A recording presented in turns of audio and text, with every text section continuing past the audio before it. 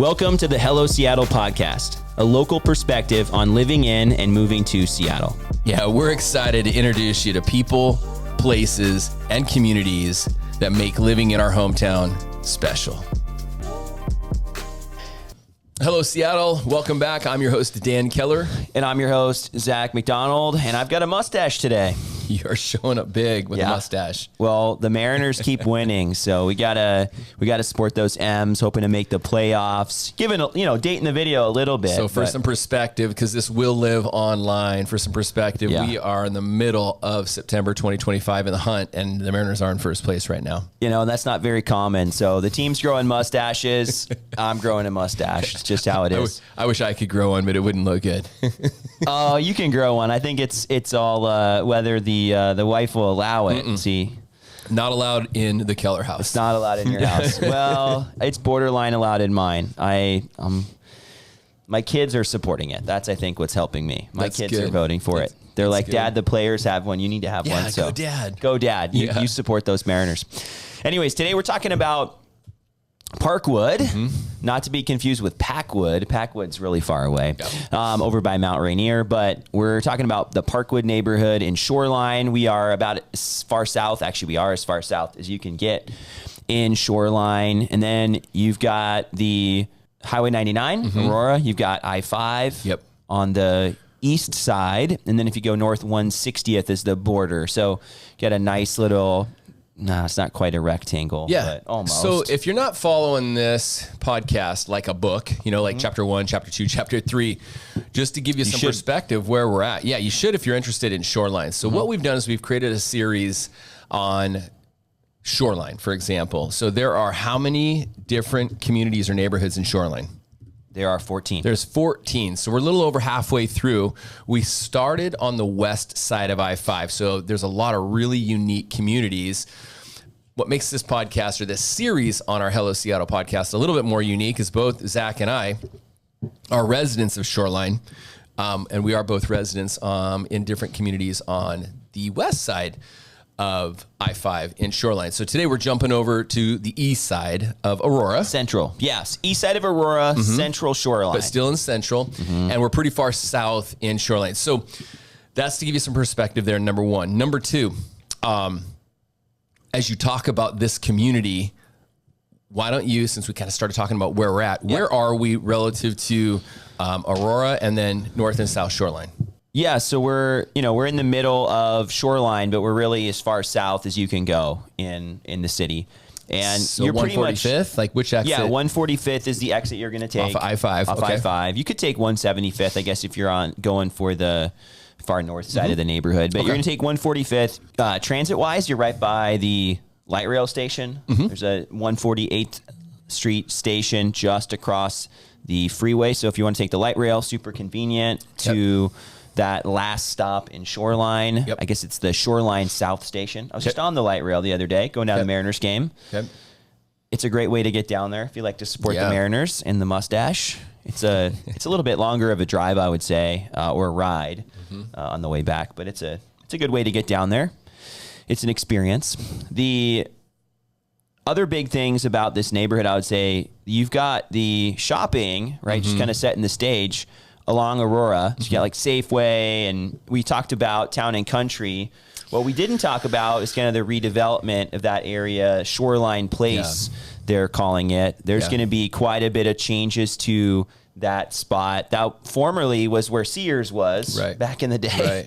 It's interesting just how some of the history, Nordstrom used to be up where at 205th, they redeveloped all that, and now the attention is shifting down towards the Town and Country market spot. So that's going to change a lot here over the next 10 years or so.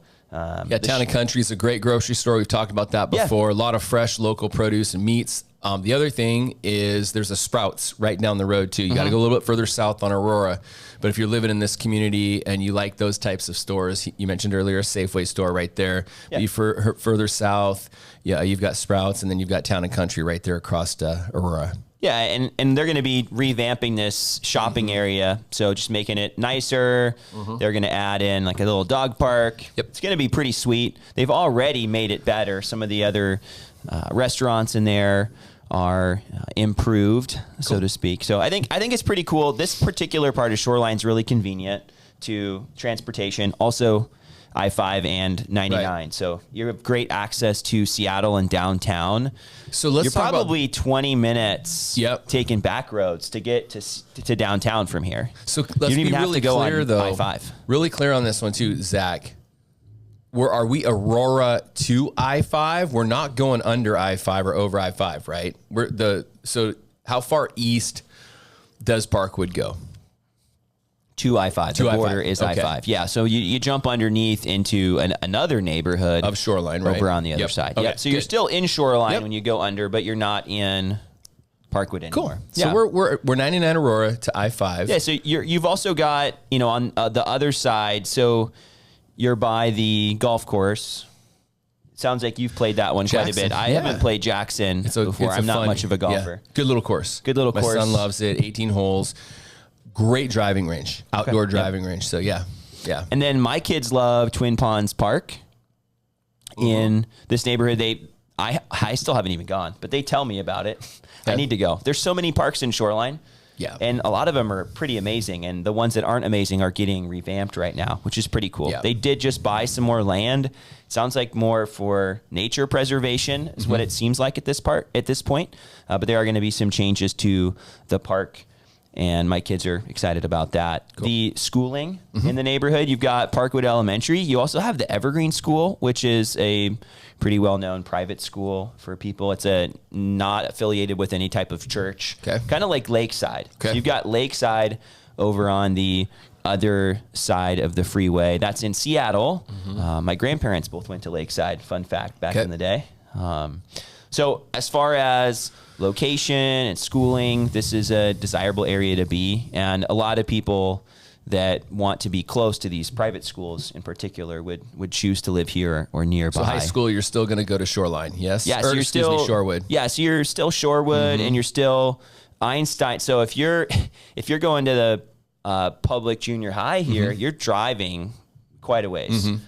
So you're close to Lakeside, right? But you're not close to. You're a good 10 to 15 minutes away from your middle school, because that's all the way over in Hillwood, in the heart of Shoreline. Yeah, so Hillwood is the farthest north you're going to get in Shoreline. So you've got up to Edmonds. Yep. So you're going to be east west essentially with the I-5 border there. So that's going to be your school for high school and junior high. So Shorewood, right, is a little bit closer. Shorewood's kind of in the middle, but Einstein is all the way on the north end.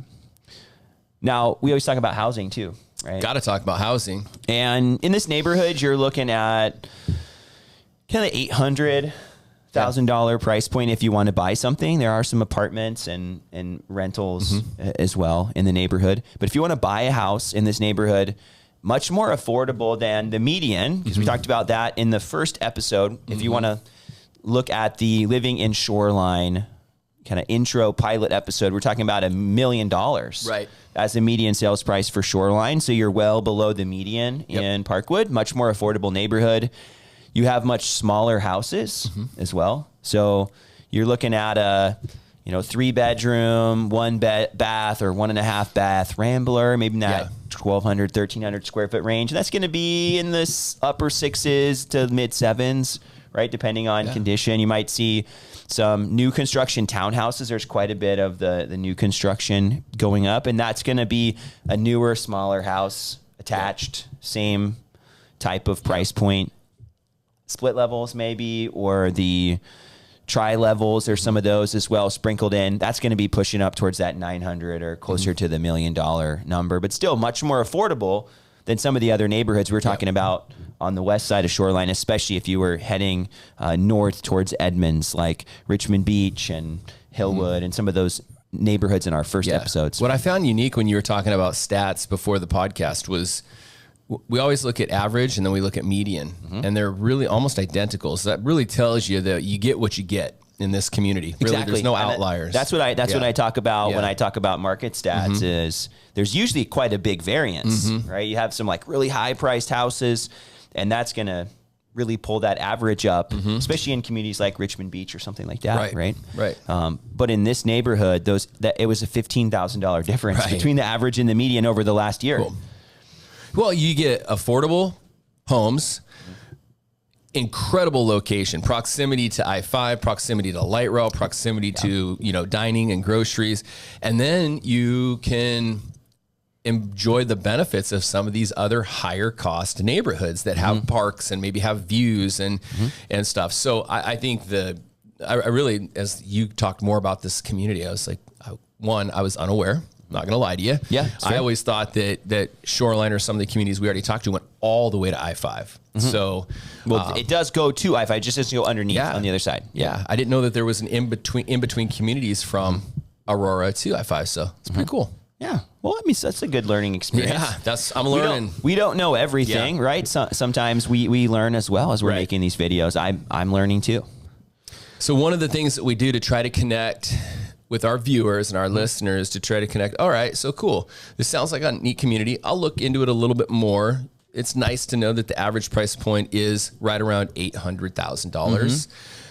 What does that look like? Like, what does that mean to the average listener? And so what I do as a mortgage professional, Zach's a real estate professional and knows areas really, really good. I know numbers really, really good. So what I do is I'll take Zach's $800,000 average purchase price, some market stat, September 2025, and I'll reverse engineer. Average down payment in King County and Snohomish County is about 5 to 7%. So I'm just going to use 5% down. Yep. 5% down is about 40 grand. You throw in some closing costs on that. This is not a quote, by the way. This is just average estimates, like ballpark estimates. Throw in some closing costs. You can buy a house with about $52,000 down here. That's down payment and closing costs. Now, what does that look like from a monthly payment? And then also, what does that look like? What kind of income do I need to earn to live here? Yep. Total monthly payment with property taxes and PMI and all that worked in, you're looking at about $5,600 a month. Now, for the sake of how much do I need to earn to live here, I'm going to add in some revolving monthly debt of about $500. Could be more, could be less, right? You could put down more of a down payment, you could put less. So these are just ballpark estimates. So if you had about $500 in debt, about a $5,600 a month payment, you're going to need to earn about $13,500 in total household income a month. It's about $160,000 a year. And that's getting closer to more affordable, right? Reality. We were talking about some of these other neighborhoods and more just by nature of kind of the pattern we've been going with, but a little bit more affordable. Yeah. There's some communities where the average price point's $1 to $2 million, and you need to make $230, $250, $280 a year to live there and have a substantial down. So I do need to say this. I am a licensed mortgage professional, been in the mortgage industry for 19 years. I need to give a disclaimer real quick. My MLO, National and Washington State license number is 115349. I didn't give any rate quotes. But what I can tell you, though, September 2025, we're coming out of 3.5 years of really high interest rates. We're starting to see them fall into the low sixes, and we're already starting to see how it's improved consumer sentiment in markets. And so the markets are going to start picking up as a result of this news. So I hope this information helps. What I always tell listeners and viewers is if you want more of a customized estimate or just overview, reach out to Zach and I. That's why we do this. We do this for our clients that are relocating here, our current clients that are living here, to learn more about the communities they live and play in, but also to educate people and hopefully one day maybe meet some new clients as well that we love to help. So we're super passionate about Shoreline. I'm super passionate about mortgage. I know you are real estate. Yeah. But did we cover everything there is to know about Parkwood in Shoreline, Washington? I'm sure we didn't cover absolutely everything. We covered, I think, the main stuff. Yeah. And our goal isn't to exhaust every part of each neighborhood, but give some highlights each week, a little bit different. Some of the episodes have had different emphasis. And I think earlier on we were trying to follow an exact same format for each neighborhood, but every neighborhood's a little bit different, has different things to highlight. So I'm enjoying this. I hope so far I'm loving Shoreline. I hope you're enjoying this. I'm learning a lot about Shoreline, even though I live here. I know you live here as well. And so I can only imagine that this is helpful for people that are watching as well. So for sure. We super appreciate you guys. And like Dan said, if there's any way we can bring value to your situation, or you just want to pick our brains about real estate mortgage in the Shoreline or Seattle area, we'd love to be a resource for you. And we'll see you again next week. Bye, Shoreline.